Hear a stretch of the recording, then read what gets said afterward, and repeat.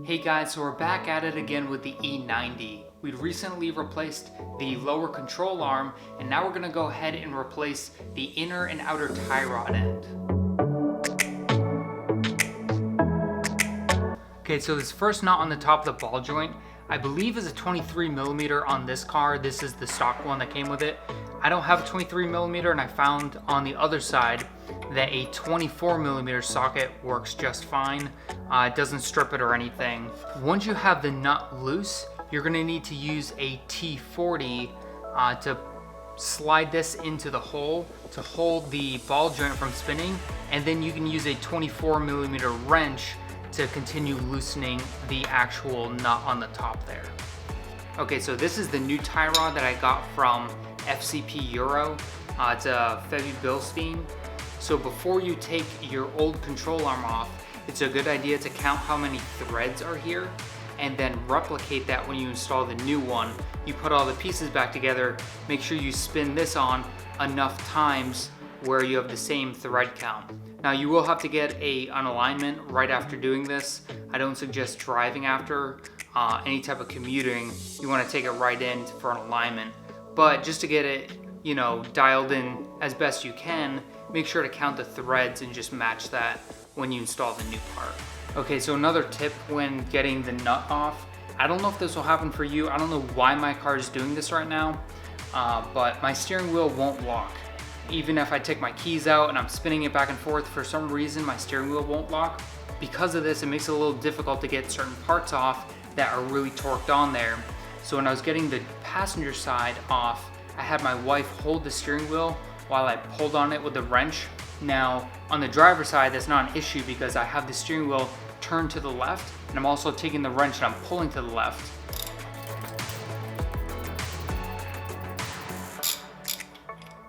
Okay, so this worked perfectly with a 24mm. I am a little confused because people on the forums were saying that a 21mm was the proper size. This might be because I have an all-wheel drive version, so just make sure to check yours.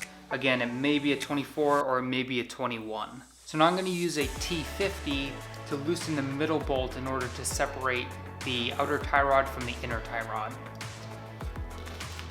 I'm actually going to have to put it on an adapter for a 1/2" ratchet because this one I wasn't getting enough torque out of.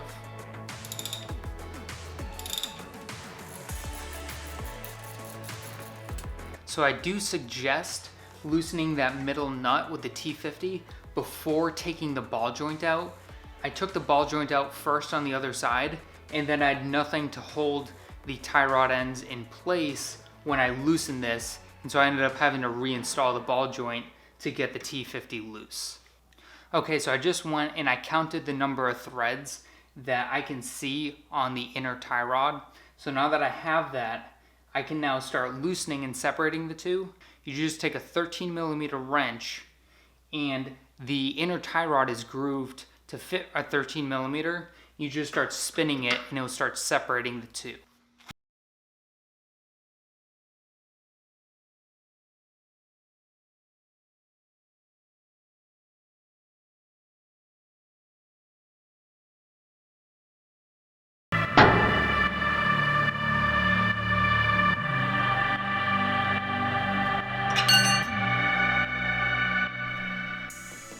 Okay guys, so I was having a little bit of trouble getting this end off. It's not spinning off, it's like seized on there.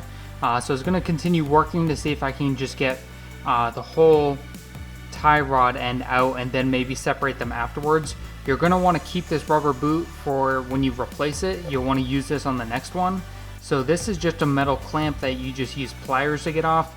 And then on the other end, just a metal locking clamp. I just used a flat screwdriver to pop this off. I'm not going to be reusing this, probably just going to end up using a zip tie on the inner side. Now if we look into here further, you can see there's the ball joint that connects the connects the inner tie rod rather to the actual steering rack. So we're going to have to undo this. Okay, so this is going to be a 32 or a 36mm wrench. I just used an adjustable wrench for the passenger side. Now when I did it on the other side, it took quite a bit of effort. I was hammering on it, was putting a lot of force on it, and It took quite some time to get this off, so we'll see how it goes on this side. Okay, so I was able to get the tie rods out. It was pretty difficult. In order to get that big, like 36mm bolt off the inside, I ended up having to lay on the ground. I had my feet in the wheel well, and I had this 12-inch adjustable wrench, and I was pulling on this from underneath. So I was laying under the car with my feet in the wheel well, and I was pulling on it as hard as I could, and eventually it came loose. Now, before doing that, I'd used a lot of PB Blaster. I had hammered on this quite a bit. I was eventually able to get the outer tie rod disconnected. I first used a lot of PB Blaster. That didn't work out so well. I hammered on it for a little bit. Didn't work out so well. I ended up using a propane torch. That didn't really do anything. What I ended up doing was, as you can see, there's still a part in there, and here's the other end. I ended up cutting it off with a hacksaw. What happened was, I eventually got this completely out of the car, put this on the vise, and then thought, oh, once it's on the vise, I'll be able to unscrew it. Well, I started stripping the threads here. This is meant for a 13mm, and that just started to strip. So I realized that that wasn't working. I grabbed my hacksaw, just cut it in half, and now I'll be able to easily get the rubber tubing off.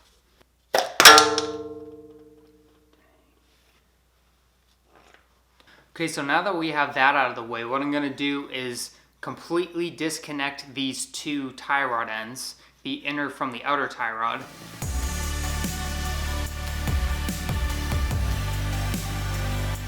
It just keeps coming out further and further.